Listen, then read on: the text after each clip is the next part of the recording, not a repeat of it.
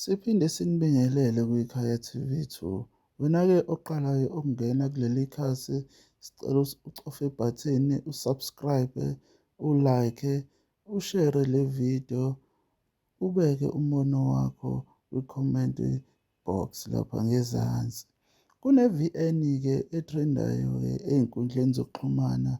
Le VN ikhulunywa ilunga le-MK Party, libeka umbono walo ngabantu abakhona la kwi-MK Party.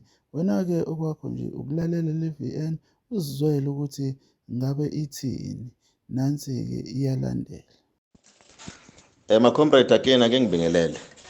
Kunento engifisa ukuyichaza la engicabanga ukuthi abantu banelungelo ukuthi bangiphikise noma bavumelane nami. Kumqoka ngicabanga ukuthi njengoba siku-MK kumqoka ukusiza lezi zinto lezi. Ngokwami ukubona i-MK njengamanje singaphansi kwe-umbrella ye-MK sonke sihlukene into 4 different groups. Singama groups amangakhi ayi-4. Ngizoqala nje ngichaze le group yokuqala. I-group yokuqala i-group yabantu abangama-opportunist. Leyo group leyo i-group yabantu abathe uma bebona iqembu elisha lomkhonto wesizwe livumbuka belibona ukuthi lizothandwa abantu bangena phakathi. And then kodwa into yabo abayithanda kakhulu leyo group leyo ukuthi-ke baziposition. They just want ukuthi-ke ba-benefit in terms of getting into positions, all that and everything. And then if it needs be bakhuphuke bangene emandleni and then kodwa basebenzele izisu zabo kuphela. Leyo group leyo nayo siyayamukela ikhona la ngaphakathi and then abanye bavele bayiveze babonakala obala. So igroup yokuqala le. Igroup yesibili ile group le engichaza ukuthi abantu nje abazithandela nje umsholozi, yabona, abantu abamthanda kudala ngokuthi uyayiculela umshini wami, abantu futhi abanye bamthandiswa ukuthi wabonakala kunezinto azenzayo emkhontweni the time eseyipresident ANC, eyipresident yezwe i-country South Africa, kunezinto ezimqoka abayinothisi abayibona ukuthi yazenza. So bayamthanda nje, bamthandela lokho. So kunezinto ke nabo futhi abayithole beyibenefita, bayamthanda nje, into yabo nje ukuthanda umsholozi. Kodwa bona labo bantu laba abanayo i-deeper understanding of a political ideology umsholozi that stands for. So njengamanje kodwa nje bayamlandela bayamthanda, and we are happy with those kinds of people. Ku-right ukuthi babe khona la emkhontweni, but they also do need a political education so that they know ukuthi bangalandeli umuntu kepha balandele ukuthi what that person stands for, and then nanokuthi what is the political ideology of that particular someone. Bese kuba igroup yesithathu. Igroup yesithathu ile group etshalwe izitha zethu, abanye batshalwa abelungu, abanye batshalwe ANC. Leyo group leyo ngayichaza njengokuthi iJabulane Khumalo group. Labo bantu labo ke balethwe la kuKhongolose to cause i-confusion, balethwe la kuKhongolose to cause ama-disputes and unnecessary fights. And labo bantu labo bayitholile imali. uJabulane Khumalo was identified and he was expelled from the party.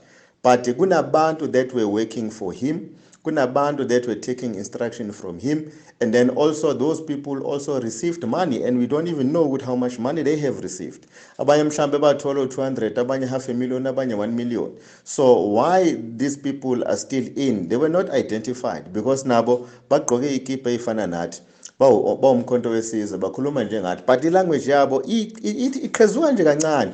It causes nje a very huge impact, cause a confusion amongst the people who are followers of MK. So abanye babo, they are still within and bayasebenza basemsebenzini because they have received money and they are still also cashing some money from the enemy, which is the ANC and white monopoly capital.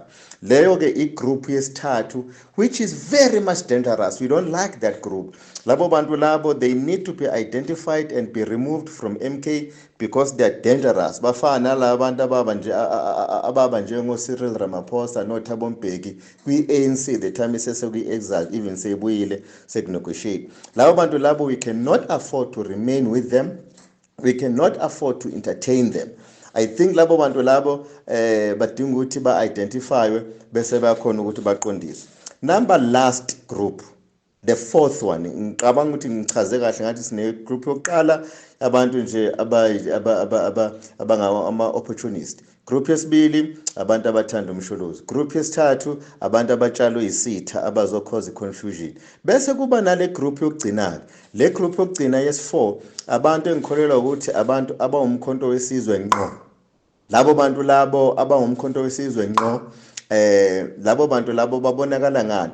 Babonakala ngokuthi bakhulelwe, they are pregnant of political ideology efana nsene kamsholozi. Lolu hlobo labantu olungeke lize livume ukuthatha noma how much money abanganikezwa noma abanganunuselwa ngayo. Labo bantu labo nakuba bengakuthanda ukuthi bakhuphukele emandleni to serve the interests of the people, kodwa they cannot kill and they cannot die ngokuthi babulala abanye abantu noma balwele izikhundla. And then even if they don't receive ikhundla, noma even if they don't go up into the positions of powers, those people are able to be patient, those people are able to persevere, bahlale phansi bayithobe. All what is in their mind is to see South Africa ikhululeka, umuntu omnyama ekhululeka, and what is in their mind, those kinds of people, ukubona ukuthi ikusasa lezingane zethu noma igeneration ezayo li bright. That is what they stood for, that is what they stand for, and that is what they are prepared to die for. Lolu hlobo labantu ke ngeke lize lithathe imali, and uhlobo labantu lolu olukhathazekayo if there is any conflict if there is any confusion within i-political party MK. Labantu laba ngeke bayigxeke MK even nangamaphuthi MK ewenza. Labantu laba ngeke baphoxe ukuthi abatholanga izikhundla. Labantu laba they can remain even on the grassroots, making sure ukuthi umkhonto wesizwe uyakhula. All what they want to see, these people, is to see umkhonto wesizwe ukhula, number one, is to see umkhonto wesizwe uthatha over, number two, is to see i-constitution of the country ishintsha ukuze abantu abamnyama base South Africa bezokhululeka kuze kundlulele kwi-Africa yonke as a whole. Lolu hlobo ke labantu lu-patient, aluthengeki ngemali, and then futhi alilutheki noma ngabe kuthiwa lithola izikhundla, liyaqhubeka lisebenzele abantu. Lolu hlobo ke labantu ke linento ethi ke they are more on the interest of the people at heart. Bathanda ukuthi basize abantu, bathanda ukubona abantu base South Africa besizakala. And labantu ke ngikhuluma ngabo okuyigroup yes4 bathanda umsholozi, bamthandele ideology yakhe, ene bayamhlonipha, ene bamregada as the mastermind, bamregada njenge master chess player. If umsholozi esho something, they respect that. If umsholozi enikeza instruction, they respect that instruction of umsholozi.